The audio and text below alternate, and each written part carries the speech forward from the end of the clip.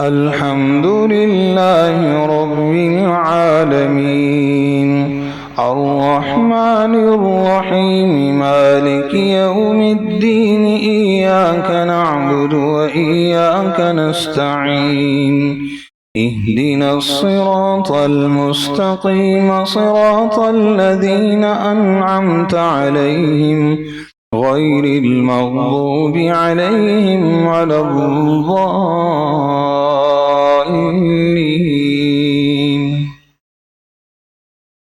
طاسين تلك آيات القرآن وكتاب مبين هدى وبشرى للمؤمنين الذين يقيمون الصلاة ويؤتون الزكاة وهم بالآخرة هم يوقنون إن الذين لا يؤمنون بالآخرة زينا لهم أعمالهم فهم يعمهون أولئك الذين لهم سوء العذاب وهم في الآخرة هم الأخسرون وإنك لتلقى القرآن من لدن حكيم عليم إذ قال موسى لأهله إني آنست نارا سآتيكم منها بخبر أو آتيكم بشهاب قبس لعلكم تصطلون فلما جاءها نودي أن بورك من في النار ومن حولها وسبحان الله رب العالمين يا موسى إنه أنا الله العزيز الحكيم وألق عصاك فلما رآها تهتز كأنها جان ولا مدبرا ولم يعقب يا موسى لا تخف إني لا يخاف لدي المرسلون إلا من ظلم ثم بدل حسنا بعد سوء فإني غفور رحيم وأدخل يدك في جيبك تخرج بيضاء من غير سوء في 9 آيات إلى فرعون وقومه إنهم كانوا قوما فاسقين فلما جاءتهم آياتنا مبصرة قالوا هذا سحر مبين وجحدوا بها واستيقنتها أنفسهم ظلما وعلوا فانظر كيف كان عاقبة المفسدين ولقد آتينا داود وسليمان علما وقال الحمد لله الذي فضلنا على كثير من عباده المؤمنين وورث سليمان داود وقال يا أيها الناس علمنا منطق الطير وأوتينا من كل شيء إن هذا لهو الفضل المبين وحشر لسليمان جنوده من الجن والإنس والطير فهم يوزعون حتى إذا أتوا على واد النمل قالت نملة يا أيها النمل ادخلوا مساكنكم لا يحطمنكم سليمان وجنوده وهم لا يشعرون فتبسم ضاحكا من قولها وقال رب أوزعني أن أشكر نعمتك التي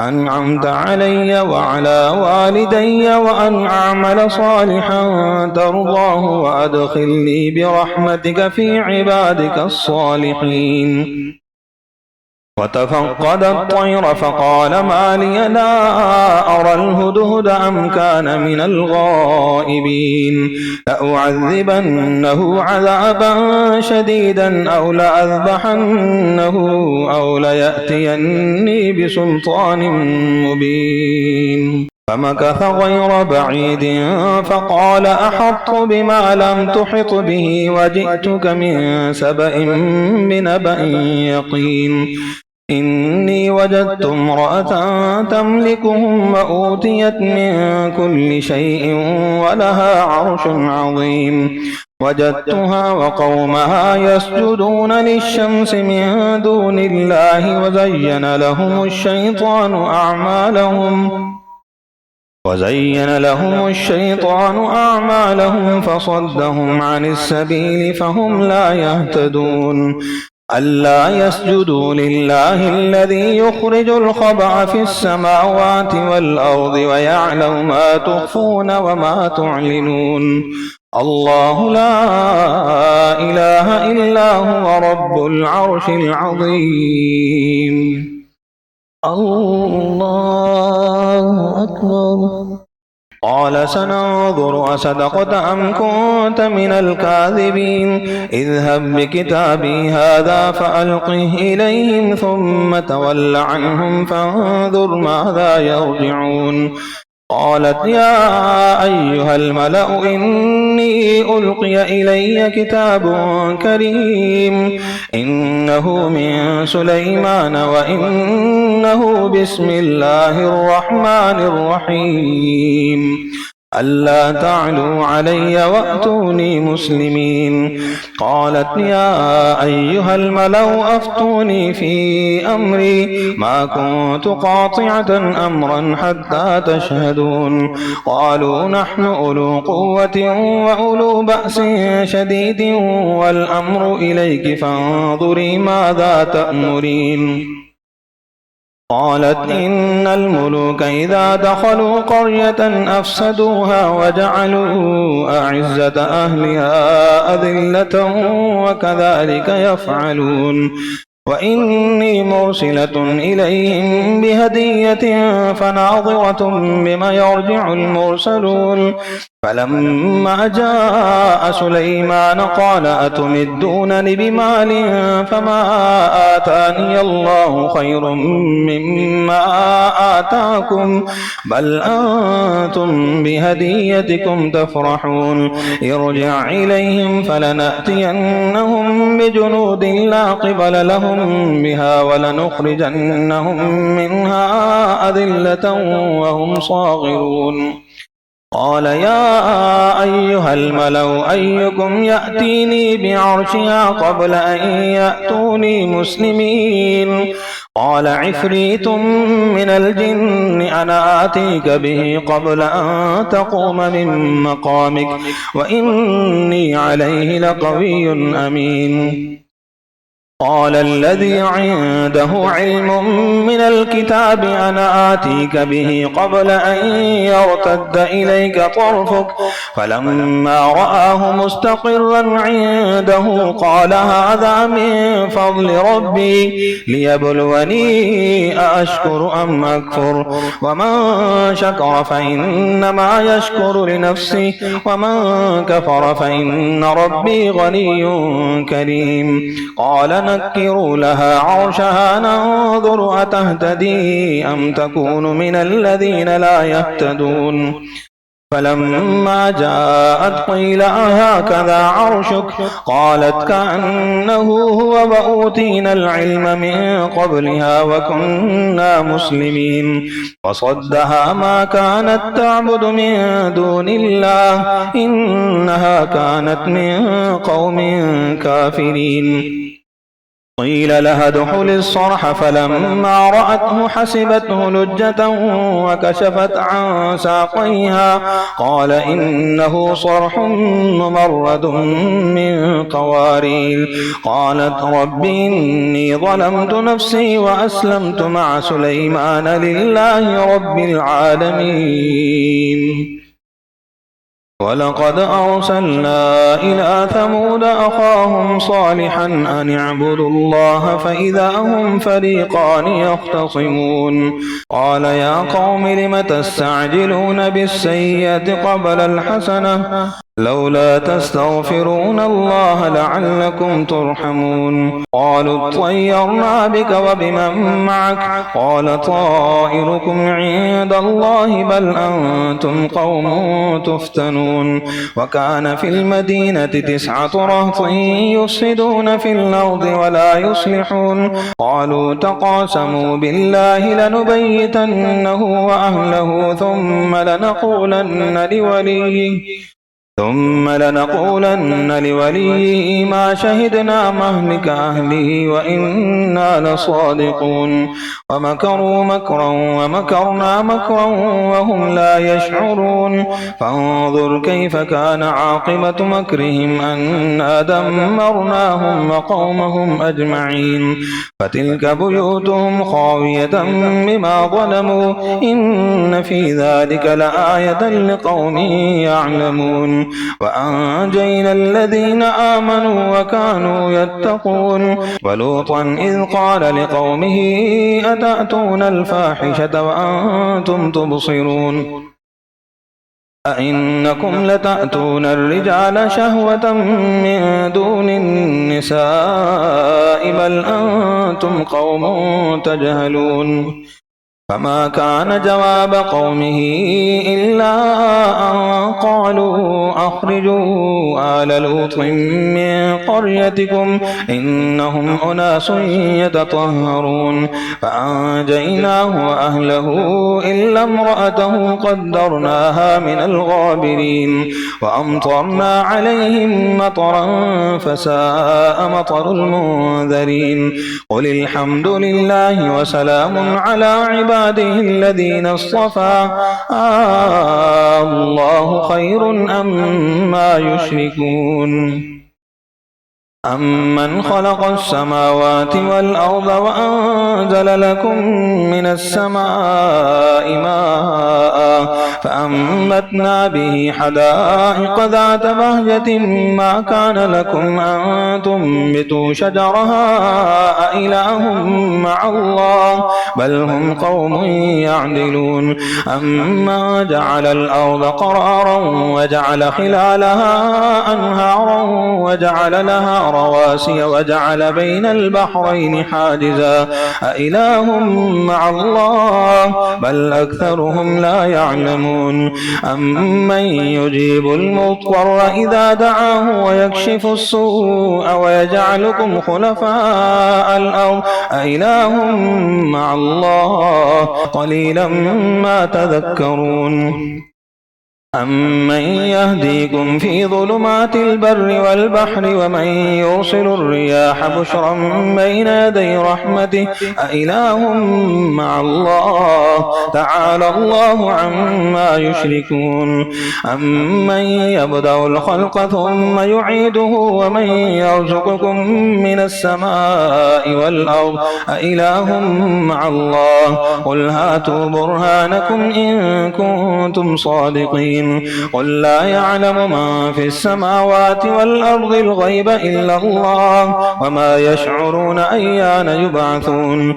بل ادارك علمهم في الآخرة بل هم في شك منها بل هم منها عمون وقال الذين كفروا أئذا كنا ترابا وآباؤنا أئنا لمخرجون لقد وعدنا هذا نحن وآباؤنا من قبل إن هذا إلا أساطير الأولين قل سيروا في الأرض فانظروا كيف كان عاقبة المجرمين ولا تحزن عليهم ولا تكن في ضيق مما يمكرون ويقولون متى هذا الوعد إن كنتم صادقين قل عسى أن يكون ردف لكم بعض الذي تستعجلون وإن ربك لذو فضل على الناس ولكن أكثرهم لا يشكرون وإن ربك ليعلم ما تكن صدورهم وما يعلنون وما من غائبة في السماء والأرض والأرض إلا في كتاب مبين. إن هذا القرآن يقص على بني إسرائيل أكثر الذي هم فيه يختلفون وإنه لهدى ورحمة للمؤمنين. إن ربك يقضي بينهم بحكمه وهو العزيز العليم. فتوكل على الله إنك على الحق المبين. إنك لا تسمع الموتى ولا تسمع الصم الدعاء إذا ولوا مدبرين. وما أنت بهاد العمي عن ضلالتهم إن تسمع إلا من يؤمن بآياتنا فهم مسلمون. وإذا وقع القول عليهم أخرجنا لهم دابة من الأرض تكلمهم أن الناس كانوا بآياتنا لا يوقنون. ويوم نحشر من كل أمة فوجا ممن يكذب بآياتنا فهم يوزعون. حتى إذا جاءوا قال أكذبتم بآياتي ولم تحيطوا بها علما أم ماذا كنتم تعملون. فوقع القول عليهم بما ظلموا فهم لا ينطقون. ألم يروا أنا جعلنا الليل ليسكنوا فيه والنهار مبصرا إن في ذلك لآيات لقوم يؤمنون. ويوم ينفخ في الصور ففزع من في السماوات ومن في الأرض إلا من شاء الله وكل أتوه داخرين. وترى الجبال تحسبها جامدة وهي تمر مر السحاب صنع الله الذي أتقن كل شيء إنه خبير بما تفعلون. من جاء بالحسنة فله خير منها وهم من فزع يومئذ آمنون. ومن جاء بالسيئة فكبت وجوههم في النار هل تجزون إلا ما كنتم تعملون. إنما أمرت أن أعبد رب هذه البلدة الذي حرمها وله كل شيء وأمرت أن أكون من المسلمين وأن أتلو القرآن فمن اهتدى فإنما يهتدي لنفسه ومن ضل فقل إنما أنا من المنذرين. وقل الحمد لله سيريكم آياته فتعرفونها وما ربك بغافل عما تعملون.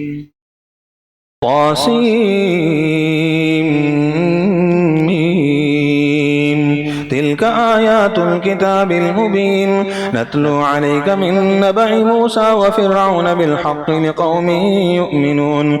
إن فرعون علا في الأرض وجعل أهلها شيعا يستضعف طائفة منهم يذبح أبناءهم ويستحيي نساءهم إنه كان من المفسدين. ونريد أن نمن على الذين استضعفوا في الأرض ونجعلهم أئمة ونجعلهم الوارثين ونمكن لهم في الأرض ونري فرعون وهامان وجنودهما منهم ما كانوا يحذرون. وأوحينا إلى أم موسى أن أرضعيه فإذا خفت عليه فألقيه في اليم ولا تخافي ولا تحزني إنا رادوه إليك وجاعلوه من المرسلين. فالتقطه آل فرعون ليكون لهم عدوا وحزنا إن فرعون وهامان وجنودهما كانوا خاطئين. وقالت امرأة فرعون قرة عين لي ولك لا تقتلوه عسى أن ينفعنا أو نتخذه ولدا وهم لا يشعرون.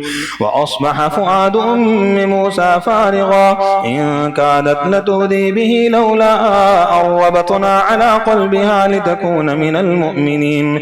وقالت لأخته قصيه فبصرت به عن جنب وهم لا يشعرون. وحرمنا عليه المراضع من قبل فقالت هل أدلكم على أهل بيت يكفلونه لكم وهم له ناصحون.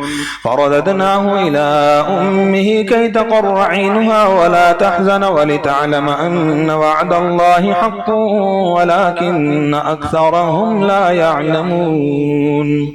ولما بلغ أشده واستوى آتيناه حكما وعلما وكذلك نجزي المحسنين. ودخل المدينة على حين غفلة من أهلها فوجد فيها رجلين يقتتلان هذا من شيعته وهذا من عدوه فاستغاثه الذي من شيعته على الذي من عدوه فوكزه موسى فقضى عليه قال هذا من عمل الشيطان إنه عدو مضل مبين.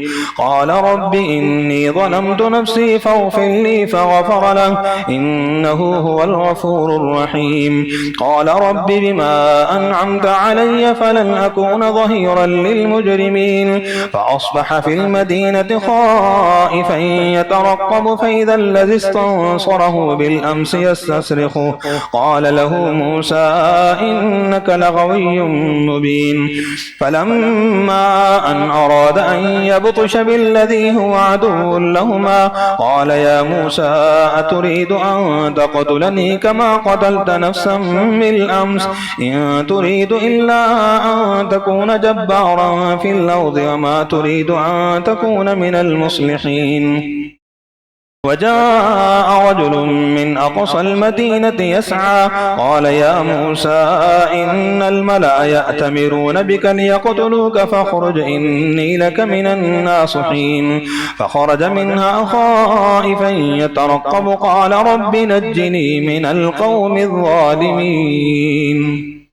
ولما توجه تلقاء مدين قال عسى ربي أن يهديني سواء السبيل.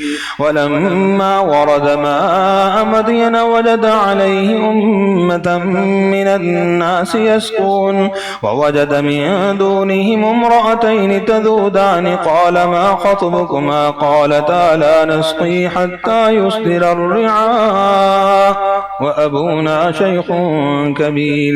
فسقى لهما ثم تولى إلى الظل فقال رب إني لما أنزلت إلي من خير فقير.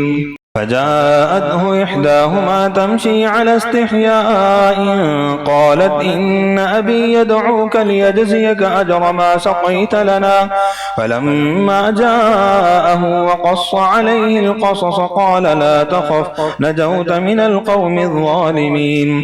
قالت إحداهما يا أبت استأجره إن خير من استأجرت القوي الأمين. قال إني أريد أن أنكحك إحدى ابنتي هاتين على أن تأجرني 8 حجج فإن أتممت 10 فمن عندك وما أريد أن أشق عليك ستجدني إن شاء الله من الصالحين. قال ذلك بيني وبينك أيما الأجلين قضيت فلا عدوان علي والله على ما نقول وكيل. فلما قضى موسى الأجل وسار بأهله آنس من جانب الطور نارا قال لأهلهم كثوا إني آنست نارا لعلي آتيكم منها بخبر أو جذوة من النار لعلكم تصطلون. فلما أتاها نودي من شاطئ الوادي الأيمن في البقعة المباركة من الشجرة أن يا موسى إني أنا الله رب العالمين وأن ألق عصاك. فلما رآها تهتز كأنها جان ولا مدبرا ولم يعقب يا موسى أقبل ولا تخف إنك من الآمنين. أسلك يدك في جيبك تخرج بيضاء من غير سوء واضمم إليك جناحك من الرهب فذلك برهانان من ربك إلى فرعون وملئه إنهم كانوا قوما فاسقين. قال رب إني قتلت منهم نفسا فأخاف أن يقتلون وأخي هارون هو أفصح مني لسانا فأرسله معي رد أن يصدقني إني أخاف أن يكذبون.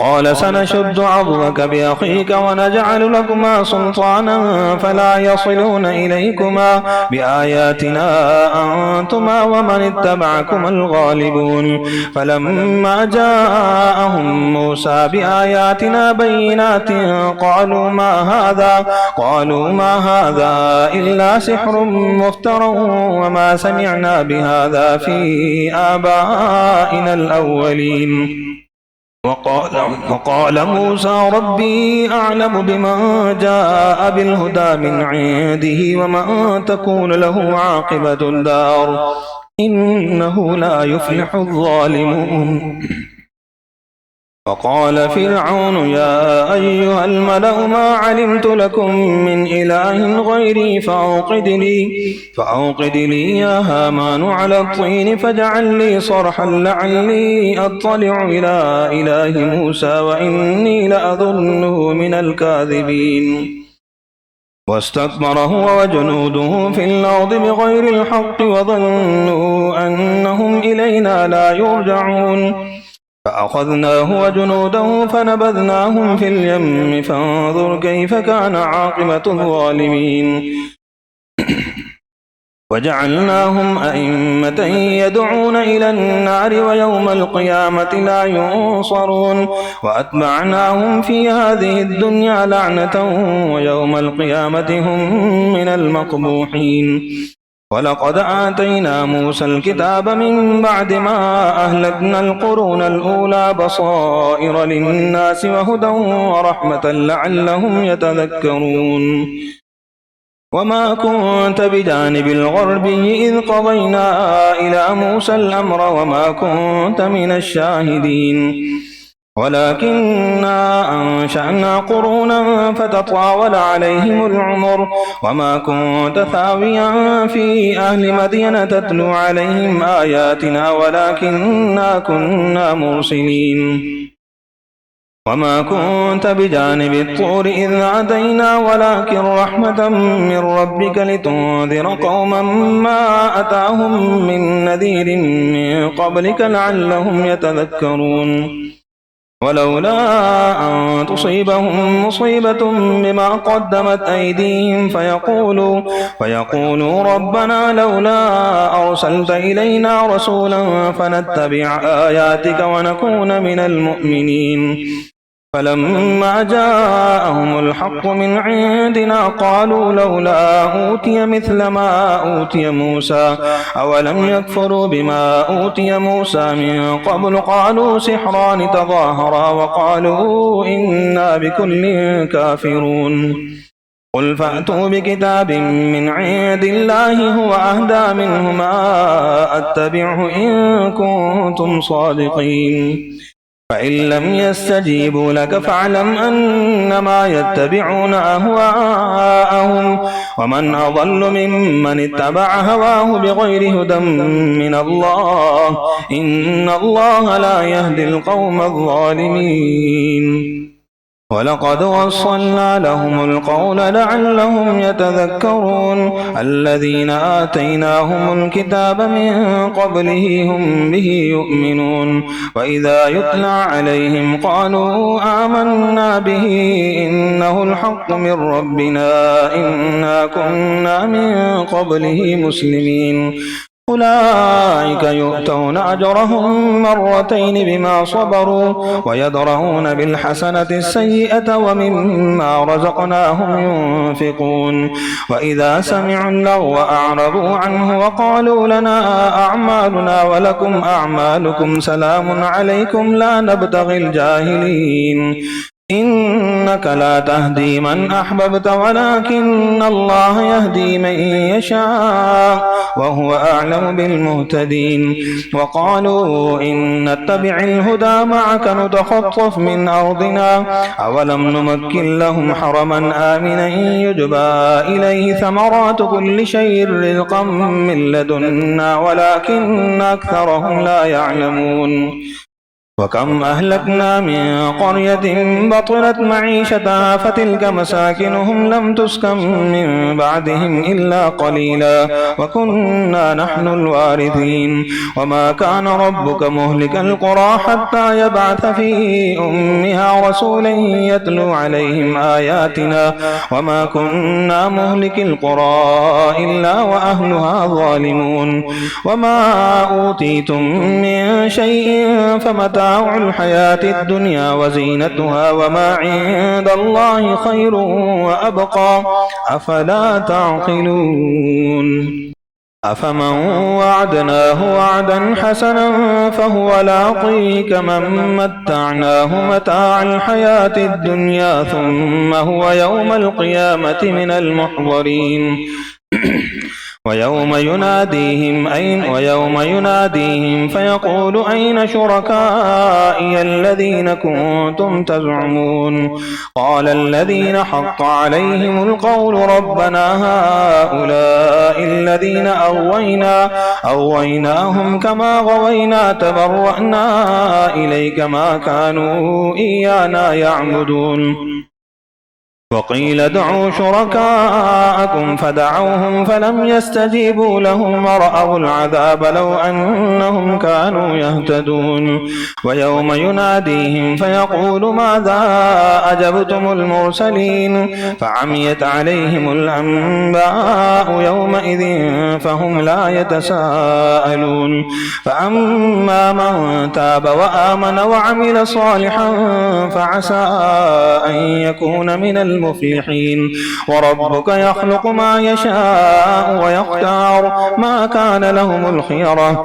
سبحان الله وتعالى عما يشركون وربك يعلم ما تكن صدورهم وما يعلنون وهو الله لا إله إلا هو له الحمد في الأولى والآخرة وله الحكم وإليه ترجعون قل أرأيتم إن جعل الله عليكم الليل سرمدا إلى يوم القيامة من إله غير الله يأتيكم بضياء أفلا تسمعون قل أرأيتم إن جعل الله عليكم النهار سرمدا إلى يوم القيامة من إله غير الله يأتيكم بليل تسكنون فيه أفلا تبصرون ومن رحمته جعل لكم الليل والنهار لتسكنوا فيه ولتبتغوا من فضله ولعلكم تشكرون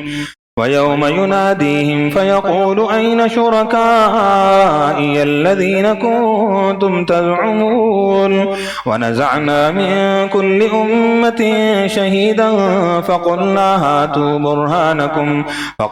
هاتوا برهانكم فعلموا أن الحق لله وضل عنهم ما كانوا يفترون إن قارون كان من قوم موسى فبغى عليهم وآتيناه من الكنوز ما إن مفاتحه لتنوء بالعصبة أولي القوة إذ قال له قومه لا تفرح إن الله لا يحب الفرحين وابتغ فيما آتاك الله الدار الآخرة ولا تنس نصيبك من الدنيا وأحسن كما أحسن الله إليك ولا تبغ الفساد في الأرض إن الله لا يحب المفسدين قال إنما أوتيته على علم عندي أولم يعلم أن الله قد أهلك من قبله من القرون من هو أشد منه قوة وأكثر جمعا ولا يسأل عن ذنوبهم المجرمون فخرج على قومه في زينته قال الذين يريدون الحياة الدنيا يا ليت لنا مثل ما أوتي قارون إنه لذو حظ عظيم وقال الذين أوتوا العلم ويلكم ثواب الله خير لمن آمن وعمل صالحا ولا يلقاها إلا الصابرون فخسفنا به وبداره الأرض فما كان له من فئة ينصرونه من دون الله وما كان من المنتصرين. وأصبح الذين تمنوا مكانه بالأمس يقولون ويك أن الله يبسط الرزق لمن يشاء من عباده ويقدر لولا أمن الله علينا لخسف بنا ويكأنه لا يفلح الكافرون. الحمد لله رب العالمين الرحمن الرحيم مالك يوم الدين إياك نعبد وإياك نستعين اهدنا الصراط المستقيم صراط الذين أنعمت عليهم غير المغضوب عليهم ولا الضالين.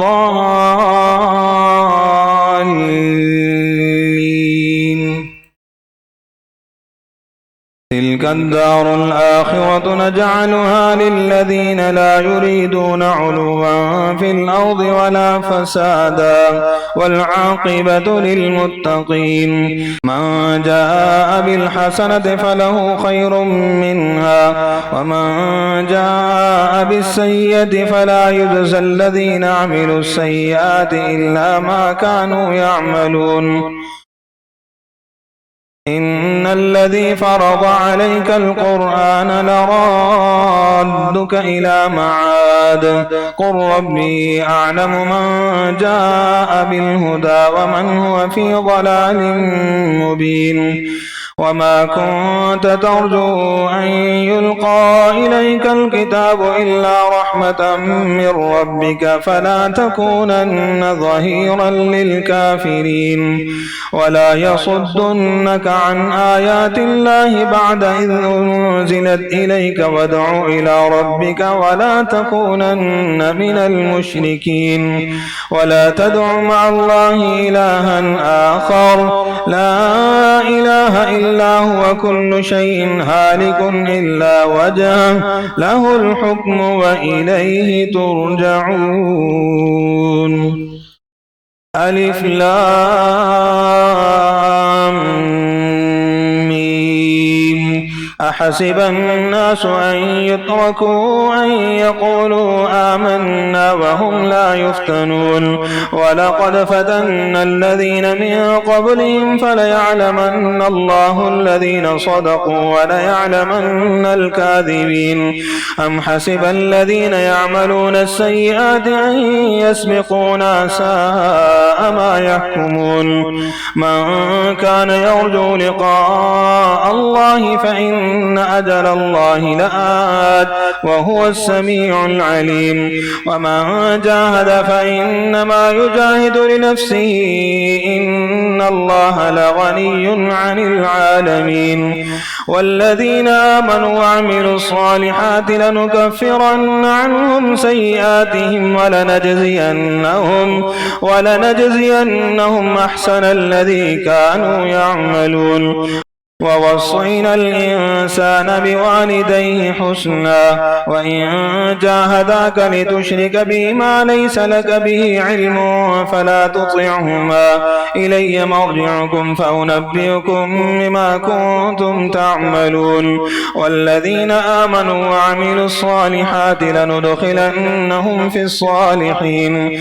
ومن الناس من يقول آمنا بالله فإذا أوذي في الله جعل فتنة الناس كعذاب الله. ولئن جاء نصر من ربك ليقولن إنا كنا معكم أوليس الله بأعلم بما في صدور العالمين. وليعلمن الله الذين آمنوا وليعلمن المنافقين. وقال الذين كفروا للذين آمنوا اتبعوا سبيلنا ولنحمل خطاياكم وما هم بحاملين من خطاياهم من شيء إنهم لكاذبون. وليحملن أثقالهم وأثقالا مع أثقالهم وليسألن يوم القيامة عما كانوا يفترون. ولقد أرسلنا نوحا إلى قومه فلبث فيهم 1000 سنة إلا 50 عاما فأخذهم الطوفان وهم ظالمون فأنجيناه وأصحاب السفينة وجعلناها آية للعالمين. وإبراهيم إذ قال لقومه اعبدوا الله واتقوه ذلكم خير لكم إن كنتم تعلمون. إنما تعبدون من دون الله أوثانا وتخلقون إفكا إن الذين تعبدون من دون الله لا يملكون لكم رزقا فابتغوا عند الله الرزق واعبدوه واشكروا له إليه ترجعون. وإن تكذبوا فقد كذب من قبلكم وما على الرسول إلا البلاغ المبين. أولم يروا كيف يبدئ الله الخلق ثم يعيده إن ذلك على الله يسير. قل سيروا في الأرض فانظروا كيف بدأ الخلق ثم الله ينشئ النشأة الآخرة إن الله على كل شيء قدير. يعذب من يشاء ويرحم من يشاء وإليه تقلبون. وما أنتم بمعجزين في الأرض ولا في السماء وما لكم من دون الله من ولي ولا نصير. والذين كفروا بآيات الله ولقائه أولئك يئسوا من رحمتي وأولئك لهم عذاب أليم. فما كان جواب قومه إلا أن قالوا اقتلوه أو حرقوه فأنجاه الله من النار إن في ذلك لآيات لقوم يؤمنون. وقال إنما اتخذتم من دون الله أوثانا مودة بينكم في الحياة الدنيا ثم يوم القيامة يكفر بعضكم ببعض ويلعن بعضكم بعضا ومأواكم النار وما لكم من ناصرين. فآمن له لوط وقال إني مهاجر إلى ربي إنه هو العزيز الحكيم. ووهبنا له إسحاق ويعقوب وجعلنا في ذريته النبوة والكتاب وآتيناه أجره في الدنيا وإنه في الآخرة لمن الصالحين. ولوطا إذ قال لقومه إنكم لتأتون الفاحشة ما سبقكم بها من أحد من العالمين. أئنكم لتأتون الرجال وتقطعون السبيل وتأتون في ناديكم المنكر.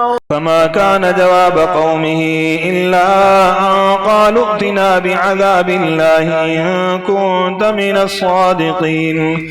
قال رب انصرني على القوم المفسدين. ولما جاءت رسلنا إبراهيم بالبشرى قالوا إنا مهلكو أهل هذه القرية إن أهلها كانوا ظالمين. قال إن فيها لوطا قالوا نحن أعلم بمن فيها لننجينه وأهله إلا امرأته كانت من الغابرين. ولما أن جاءت رسلنا لوطا سيء بهم وضاق بهم ذرعا وقالوا لا تخف ولا تحزن إنا منجوك وأهلك إلا امرأتك كانت من الغابرين. إنا منزلون على أهل هذه القرية رجزا من السماء بما كانوا يفسقون. ولقد تركنا منها آية آية بينة لقوم يعقلون. وإلى مدين أخاهم شعيبا فقال يا قوم اعبدوا الله وارجوا اليوم الآخر ولا تعثوا في الأرض مفسدين فكذبوه فأخذتهم الرجفة فأصبحوا في دارهم جاثمين. وعادا وثمود وقد تبين لكم من مساكنهم وزين لهم الشيطان أعمالهم فصدهم عن السبيل وكانوا مستبصرين. وقارون وفرعون وهامان ولقد جاءهم موسى بالبينات فاستكبروا في الأرض وما كانوا سابقين فكلا أخذنا بذنبه فمنهم من أرسلنا عليه حاصبا ومنهم من أخذته الصيحة ومنهم من خسفنا به الأرض ومنهم من أغرقنا وما كان الله ليظلمهم ولكن كانوا أنفسهم يظلمون. مثل الذين اتخذوا من دون الله أولياء كمثل العنكبوت اتخذت بيتا وإن أوهن البيوت لبيت العنكبوت لو كانوا يعلمون. إن الله يعلم ما يدعون من دونه من شيء وهو العزيز الحكيم. وتلك الأمثال نضربها للناس وما يعقلها إلا العالمون. خلق الله السماوات والأرض بالحق إن في ذلك لآية للمؤمنين.